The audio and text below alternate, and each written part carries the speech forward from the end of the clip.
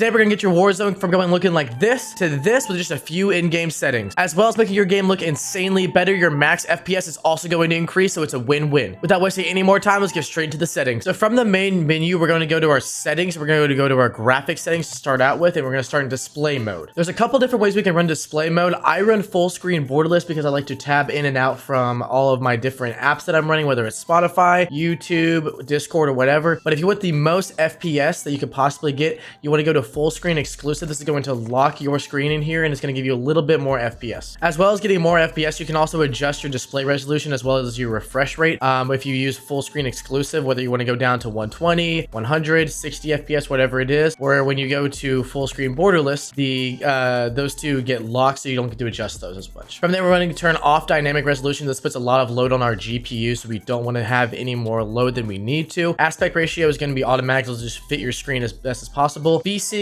and gameplay and menus we're going to turn off. Custom frame rate, I like to keep mine on. You can change it to whatever you want to, or you can just go to unlimited. I usually keep mine at 30 FPS when I'm out of focus, just so it doesn't use as much GPU as needed. You can restart shaders here if you want to. Shader optimization, we don't need to do that too much unless you're just having crazy shader. And you'll notice in the top left if you have crazy shader percentages going. And then from there, display gamma, we use 2.2 sRGB. This is the best gamma that you can possibly have. For brightness, I do like to keep mine at 55, a little bit higher than the normal basic, just so I can see a little bit better in far distances and whatnot. We're going to turn off constrain mouse to game window. And then for the dynamic HDR, we're going to keep that automatic. And then because I use a 1440p monitor, if you don't have a 1440p monitor, you might want to turn this off, and that'll give you better FPS, as well as just a lot of better clarity throughout the game. From there, we're going to go to quality, and this is where all the fun stuff's going to take place. For quality presets, I like to do custom.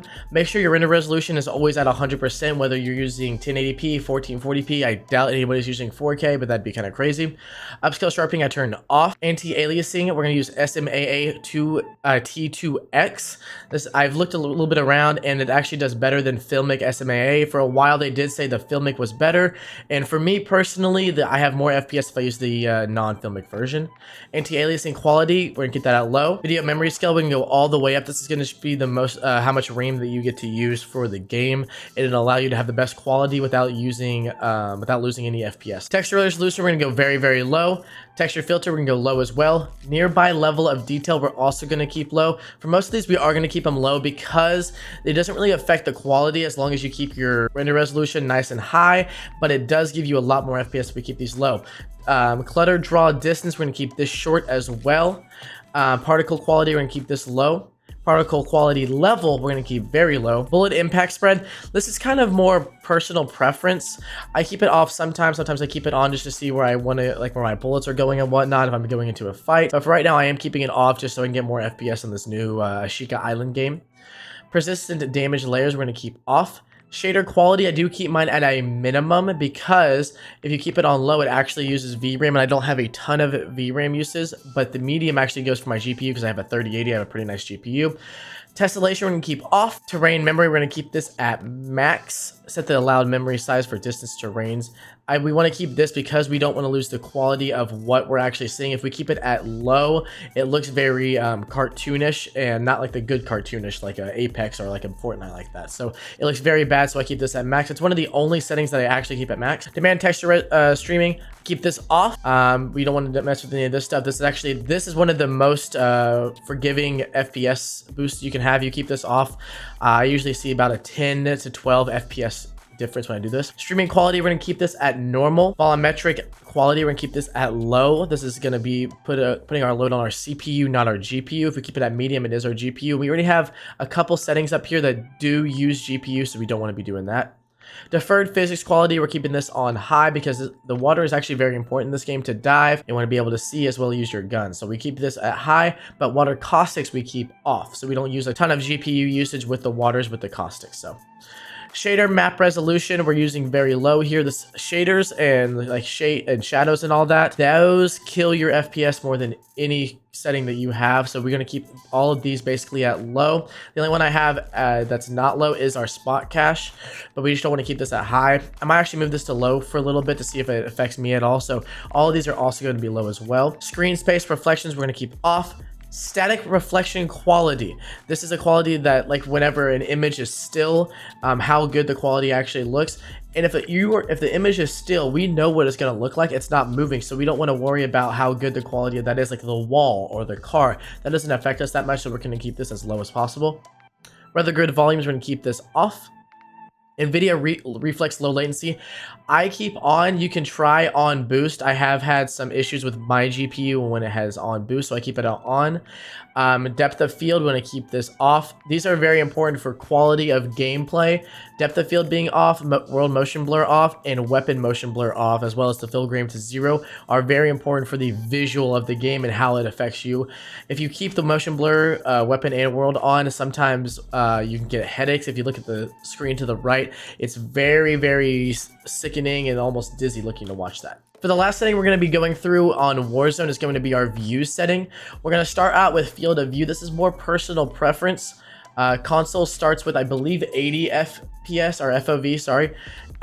You can go all the way up to 120. I don't like going to 120 for a couple reasons. One, it looks too far away, so I can't see very far distance. But also, I play Apex, and Apex's max FPS is 110, so I don't want to change games from going to 120 to 110 FPS. So ADS field of view, we want to use affected aim down sight zooms to a value closer to the field of view setting, so it'll go more closer to this 110. Only applies to low magnifying levels less than 3.25 times, including iron sights. So any of the short range sights, this is going to be very important for you to use, so use effective. Weapon field of view, we should keep that at default because you don't want to change how it looks whether you're closer to something or not. Third person field of view, I don't play third person, so I keep it at 80.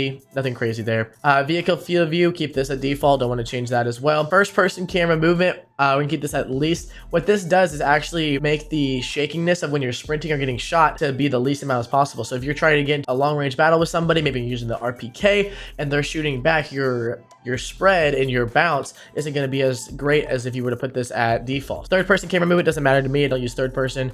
But default spectator camera, I kind of like the helmet view sometimes. I do switch it whenever I'm spectating somebody, but the helmet camera is kind of fun to me, so I like to use that. I figured what's a settings video without getting into the audio at least a little bit. This is going to be just a quick rundown of what I use. My headphones are just the ones I have on right now, so we don't do anything with that with the audio mix. Master volume, I keep at 100 because I have a beacon mix create that I can adjust on the fly a lot easier than going into the settings. And if you see my speakers, headphones, game sound device is actually the game beacon mix create, which actually means that it's being routed into this little device I have right here, and then that device goes into my headphones. Speaker output, I don't use the speaker, so it doesn't really matter to me. Voice chat is on. I like to have the hot mic, so I keep everything pretty much on, whether that's death comms like last words voice chat, game voice channel, I keep it all lobby. Proximity chat, I keep that on because sometimes that's very funny. Voice chat output device, I keep on default, nothing crazy there. Microphone mode, I do use push to talk because I'm usually in Discord with my friends, and so I don't want to be talking in game as well as out of game, or else they have to mute me. Microphone input device, it's just default. It actually routes to this mic right here, so it actually doesn't matter that much. I can put it on microphone beacon mic, which is this right here, but it's not a huge deal. Microphone level, put it at 100. Test microphone, don't need to do that. Subtitles, I keep them default. I don't keep them on. Subtitle size doesn't matter to me. I don't have the subtitles really playing. I never see them, so it's not a big issue to me. Mono audio, I keep this off. I don't really know what this does, but I do keep it off. I keep this tinnitus sound off as well. Juggernaut music, I do keep on. Hit marker sound effects, I like the Modern Warfare ones. I actually might move it to classic. I do like the classic one. We're gonna go classic for a little bit from now on. And then mute game when minimized, I have this off. I don't like doing that. Apex does that, and it kind of annoys me sometimes. So those are my audio settings, and then let's get into the NVIDIA filters, which is going to make the game look extremely better. So with the PC settings, you have NVIDIA filters, which make the game look extremely more crisp and bright. Whereas Ashika Island, as much as I love the map so far, it doesn't have the high quality, high colors that I'm used to with like a Rebirth. So we're going to change some NVIDIA filters today. So all you need to do is hit Alt-Z, and then this will pop up for the GeForce experience as long as you have an NVIDIA graphics card. You're gonna go to game filter, and then you're gonna go styles. So here we have details, brightness, contrast, and color. We'll start with the details colors first. This is gonna have sharpen, clarity, HDR toning, and bloom. For the sharpen, we go to 50%. For clarity, I went to 54. I wanted to get somewhere between 52 and 56. HDR toning, somewhere around 45% is where I want to go to. And then bloom, I put that all the way to 0. For the next one that we're going to have the contrast and brightness. This, we're going to have our exposure at 0. Our contrast just a little bit above 0. I have mine at 4%. Highlights, we're going to have at 6%, also a little bit above 0. Shadows, put them at very, very low, but not all the way low, so we're going to have that at 80%. And then gamma is going to stay at 0. And then from there, we have our very last one, which is probably the most important, our color. And with the color, what we're going to have is the tint color and the tint intensity all the way to 0. Temperature is going to stay at 0, and the vibrance is going to go up to 84. Hope you guys enjoyed this video. It's a quick video. If you guys want me to get into the Windows settings, I'm more than welcome to. I actually did my last video, but I felt like people didn't care that much about it. So if you want me to do that, I'm more than happy to.